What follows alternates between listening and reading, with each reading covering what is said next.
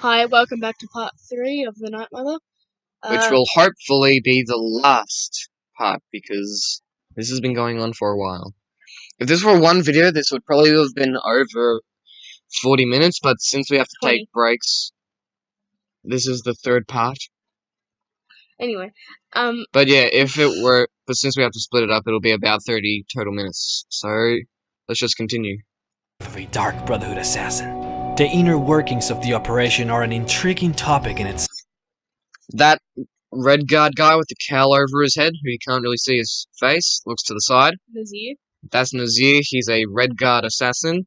And the guy up the front who's bald, I can't remember his name, but he's a mage. Yeah, he's a mage. Very gifted in the arts of destruction magic. Yeah, and I believe and necromancy, wasn't it? Yeah, and necromancy. Yeah, so all of these people that we've introduced you to are all cold, ruthless killers. Yeah. And if you're wondering what people you've introduced us to, well, make sure you go check out the previous videos, which should come up at the end of the video. Make sure you check out part 1 and part 2. They'll go into into more detail of what we've been doing, and you'll see the explanation of the other four characters. There is a sophisticated hierarchy in the Dark Brotherhood.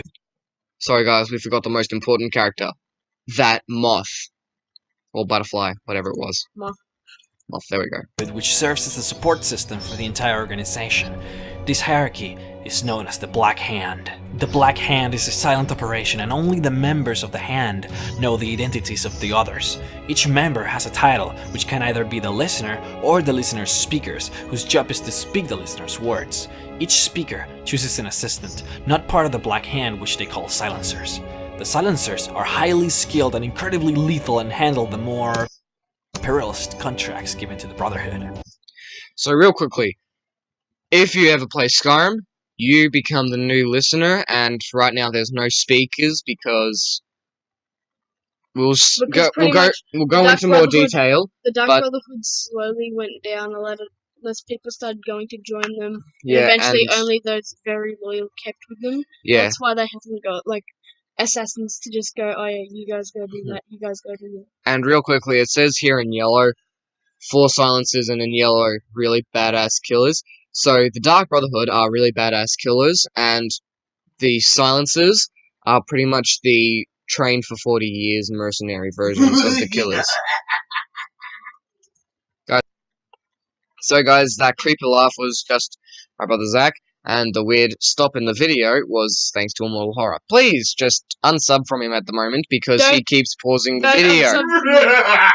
Again, there's another display of a creepy laugh. Now, don't unsub, but stop pushing the pause button. Let's continue with the video. Unbeknownst to many, there's also an entirely separate branch of the Dark Brotherhood stationed in the Argonian homeland of the Black Marsh. And real quickly, it says here the Shadow, but that group positioned in the Black Marsh are known as the Shadow Scales. Argonian Hatchling born under the sign of the Shadow is automatically taken and raised to be a cold, emotionless killer. I've been part of the Dark Brotherhood from the day I first hatched. That's his name, Vizara. So, if you were still wondering, what do you mean, what's his name? That was what we went into in part 2. I am Shadow Scale, you see. The training is ruthless and unforgiving, and the young Argonian hatchling learn quickly how to master the art of a silent, precise kill. These hatchlings are called Shadow Scales, and any who live to the desired age earn a seat permanently in the Dark Brotherhood.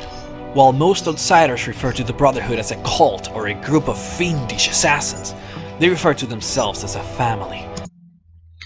So real quickly, the chick to the very right, that's Astrid. She's the current leader of this Dark Brotherhood. And that weird clown guy dancing in the back, that's Cicero. He's the keeper of the Night Mother. If you're curious as what happens, by the end of the Dark Brotherhood questline, Astrid here, the leader of the Dark Brotherhood, she ends up betraying the whole Dark Brotherhood and getting everyone killed except for the listener, Nazir, and Babette. Yeah. So we will get into more context in future videos, but that's just the basic thing. And Vizara, that Shadow Scale Argonian, he's the last of his kind at the moment. Unless, of course, he meets another Shadow Scale and But as a child unfortunately, born under the sign of the Shadow. Unfortunately, that doesn't happen though because he ends up dying. Yeah, because he ends up dying. So this guy over here, hiding like a Shadow Scale, is the last of his kind that we know of. There could have been more born in Black Marsh before he died or after he died. We don't know. Being welcomed into this family allows for some great advantages, and the prospect of gold is at the forefront of many members' priorities. For those with a perverse set of morals, the Dark Brotherhood may seem to be a dream turned to reality, but there are strict rules each member must follow if they wish to exist in the Brotherhood and keep their lives. Each member takes an oath to obey the 5 rules or tenets of the Brotherhood. Real quickly, these tenets, which are as follows. Never dishonor the Night Mother. Never betray the Brotherhood or its secrets. Never disobey or refuse to carry out an order from a Dark Brotherhood superior. Never steal the possessions of a Dark Brother or Dark Sister. And lastly, never kill a Dark Brother or Dark Sister.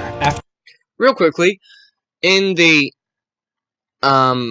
game that you play, Skyrim Elder Scrolls 5, Astrid actually throws every single one of those rules out the window and says that her rule is law, and she actually breaks every single one of those things. Sithis ends up manipulating the future to make her pay. Yeah, she literally becomes the Black Sacrament herself. Through each tenet, the words to do so is to invoke the wrath of Sithis can be read. But who is Sithis? We talked about them, but who is he really? Well, he's neither a Daedra nor an Aedra, and is certainly not a living being. So real quickly, if you guys are wondering what the guy just meant by really, well, he's neither a Daedra nor an Aedra. So Daedra or Aedra, it's just of his accent of Daedra and Aedra. But Daedra are the big grey guys in the back. They're the ones who refused. No, those are she's a divine, Azura. Well, some of those people, like the guy in the back who's grey, who's in the middle, he's Mehrunes Dagon. He's a Daedra. He refused to give up his power. And the Aedra are also more commonly known as divines, who are people who gave up their power to help create Nirn, which is the planet below them. And is certainly not a living being. He's in the shadows and he is chaos. Rumored to be the husband of the Night Mother, Sithis is often personified as the Dread Father to the Dark Brotherhood. He has ties to many Daedric. That is Sheogorath. That's the guy who is Jiggalag, and we will get into more context. And there are theories that the character from Oblivion actually turns into Sheogorath, who you see before you. Because he says you have to live out your life before ascending into etherealism, which is their form of God, like power. So, yeah, let's just try and finish this video. Gods such as Sheogorath, which is described as the Sithis-shaped whole of the world, and may be specially linked to Mephala, as she is known to collaborate with Sithis. Sithis is undeniably paramount, as he was responsible for Lorkhan, who created... Real quickly, if you guys are wondering who Mephala is, if you play the current game, she's the creator of the Ebony Blade and the Daedric Lord of Whispers and secrets and that. Created all we see before us in Nirn. Sithis assumes many names, the most important being that of Padme. Padme, brother of Anu, the father of creation, is the second primordial entity of the Void that had a hand in the creation of the 12 worlds. The god of gods, the creator of the creators, Sithis, stronger than the universe, the defiler and destructor of the one true infinite being. Sithis, the father of all Daedra and Aedra, the creator of the universe, the Omega, destructor of Alpha. You guys get it?